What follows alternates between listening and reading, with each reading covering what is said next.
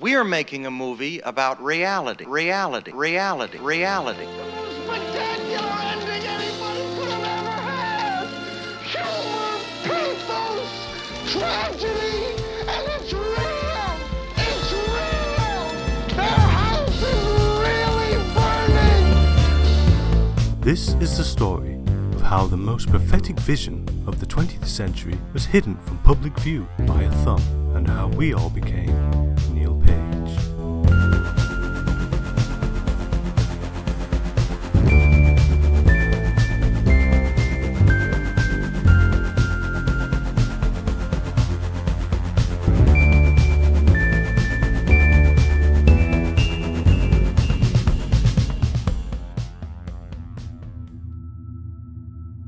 In 1971, a groundbreaking experimental documentary aired on PBC in the United States. An American family purported to document a real everyday American family over the course of 12 episodes as they went about their daily lives. During the production, however, tragedy struck as a divorce slowly tore the family apart. Many considered the experiment a failure. Some believed that the camera had stolen their souls. Others more logically laid the blame elsewhere. At around the same time, a Grammy Award-nominated stand-up comedian from Beverly Hills was beginning to descend into the murky waters of film editing.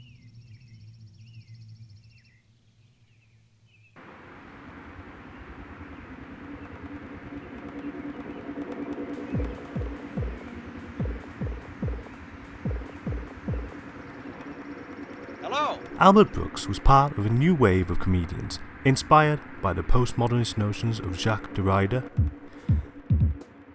Their mission was to disassemble their craft and expose its inner workings to the world in the form of humour.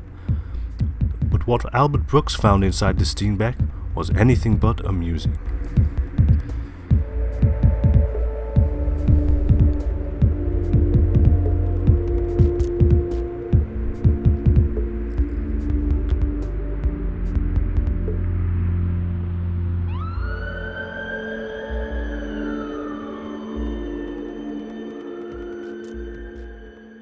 During the 1970s, the Hollywood studio system was in flux.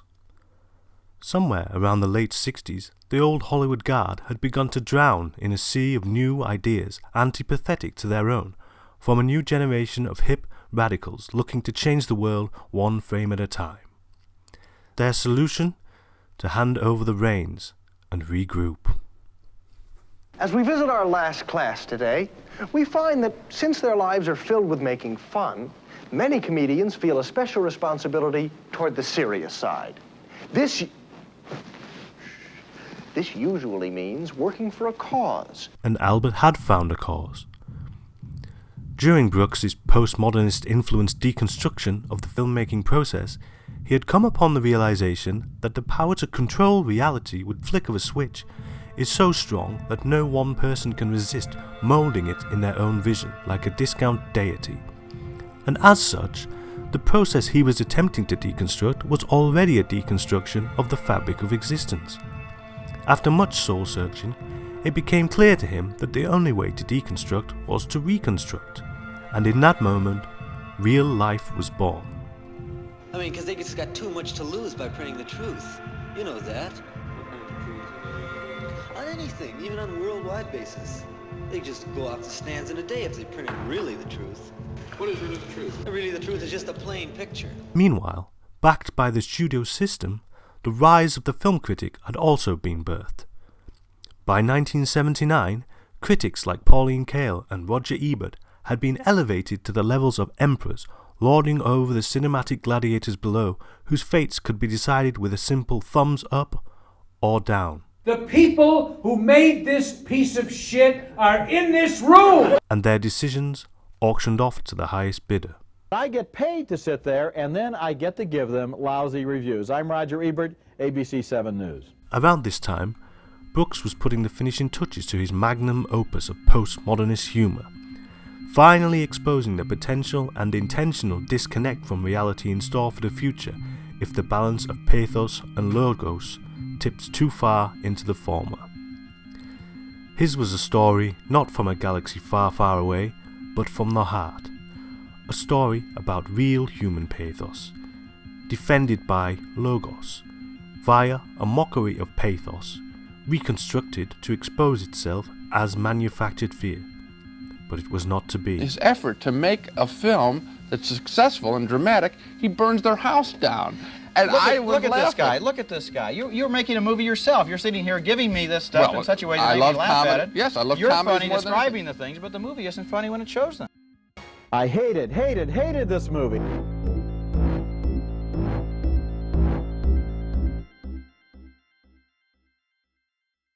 With the last breath of redemption extinguished, culture began a free fall into a reality turned up to 11. Fear, fear, and fear increased. We began to distrust each other. And a natural instinct for self-preservation emerged in the form of a rampant "I'm all right, Jack" attitude, typified perfectly by a character in a 1987 comedic road movie, Neil Page.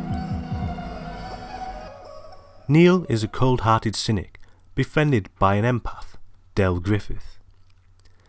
Del's constant offerings of help are repeatedly thrown back in his face, but he returns despite the pain. Ebert recognized Del as the good in us, the optimist who takes life's hits and carries on. He saw Page as the present he helped create, his every decision clouded and driven by one emotion: fear. Dick, have you got in your head? Pardon? A fear built by years of pathos for profit, in which drama is risen from worst-case scenarios, driven home with such constant crippling horror that the viewer becomes too emotional to make clear decisions about the world that surrounds them, because they no longer recognize it as it is. In the end, it is not the complexity of the world that overwhelms and numbs our senses, but the sheer volume of it.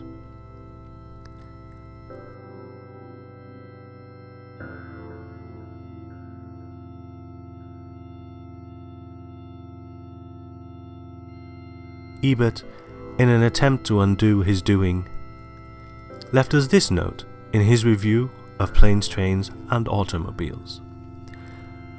When Neil unleashes that tirade in the motel room and Del's face saddens, he says, "Oh, I see." It is a moment that not only defines Del's life, but is a turning point in Neil's, because he is also a lonely soul, and too well organized to know it. Strange how much poignancy creeps into this comedy, and only becomes stronger while we're laughing.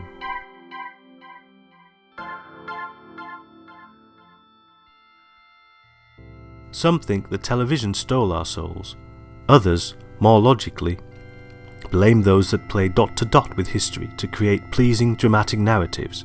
But in reality, we're all to blame, because we are all Neil Page, running from our turning point.